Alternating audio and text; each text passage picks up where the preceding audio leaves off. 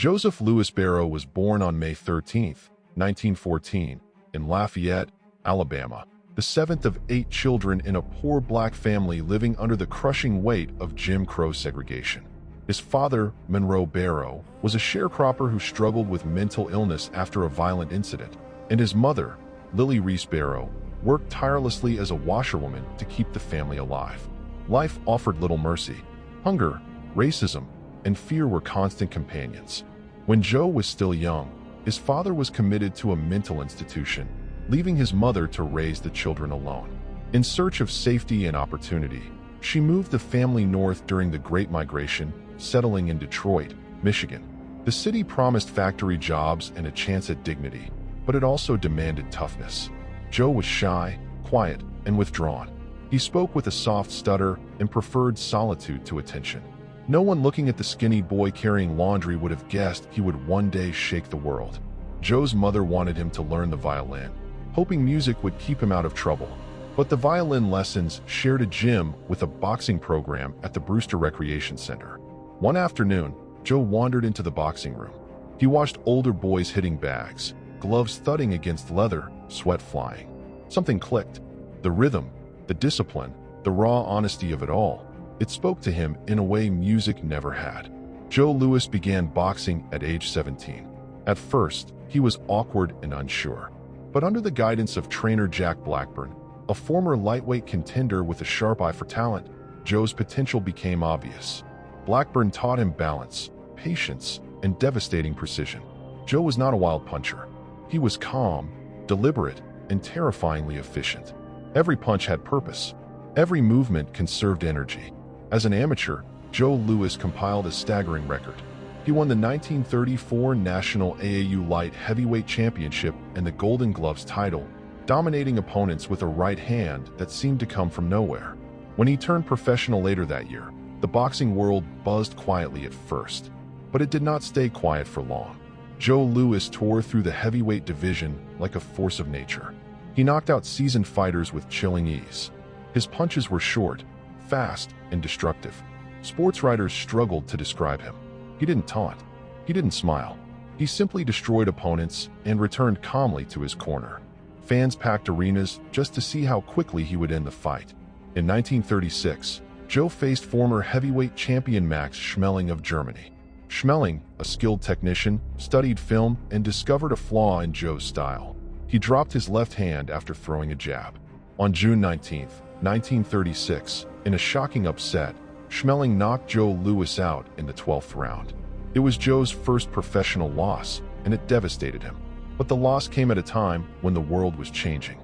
Adolf Hitler had risen to power in Germany, and the Nazi regime twisted Schmeling's victory into propaganda, portraying it as proof of Aryan superiority.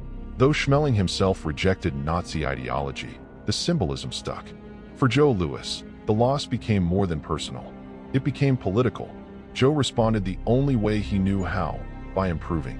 He trained harder, fixed his defensive flaws, and sharpened his already lethal offense. 1 year later, on June 22, 1937, Joe Louis faced James J. Braddock, the Cinderella Man, for the heavyweight championship of the world. The fight was brutal. Braddock was tough, determined, and experienced. But in the 8th round, Joe Louis unleashed a thunderous right hand that dropped Braddock to the canvas. The referee counted 10.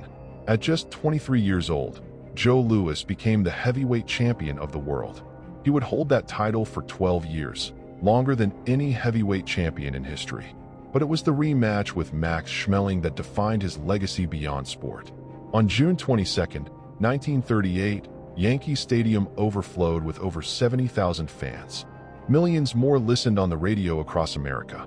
The fight was framed as democracy versus fascism, Black America versus Nazi ideology, hope versus hate.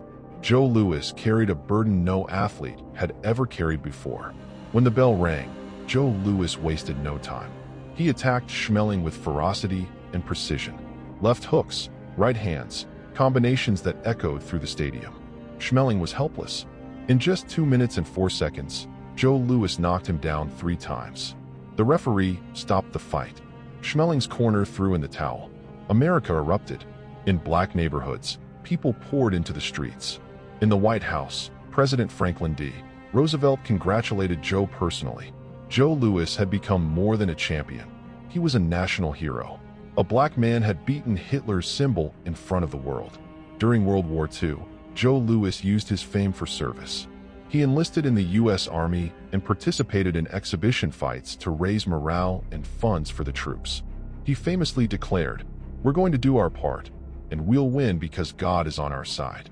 Though still facing racism within the military, Joe remained dignified, disciplined, and loyal to his country. Inside the ring, Joe Louis was nearly unbeatable. He defended his title 25 times, knocking out challenger after challenger. His style was textbook perfection: balance, timing, power, and patience. He never wasted punches. Fighters feared him not because he was cruel, but because he was inevitable. Yet outside the ring, Joe struggled. Despite earning millions, poor financial advice, lavish spending, and exploitation left him deeply in debt. The U.S. government demanded massive unpaid taxes. Fame did not protect him from financial ruin, nor did it shield him from the racial barriers of the era.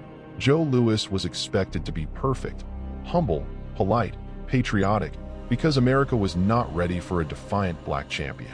In 1949, after a brief retirement, Joe returned to boxing in a failed attempt to fix his finances. His skills had faded. In 1950, he faced a young, fast contender named Ezed Charles and lost by decision. A year later, he was knocked out by Rocky Marciano in what would be his final fight. The image of Joe Louis, once invincible, now beaten, was painful for fans who had seen him at his peak. Retirement was not easy. Joe worked as a wrestling referee, appeared in exhibitions, and eventually found employment as a greeter at Caesar's Palace in Las Vegas. The once great champion stood smiling at casino doors, welcoming guests who often had no idea who he was. Health problems followed. Depression, heart issues, and financial stress weighed heavily on him. Yet his dignity never left. He remained soft-spoken, respectful, and proud of what he had represented. Joe Louis died on April 12, 1981, at the age of 66. In a final gesture of national recognition, he was buried with full military honors at Arlington National Cemetery, an honor rarely given to athletes.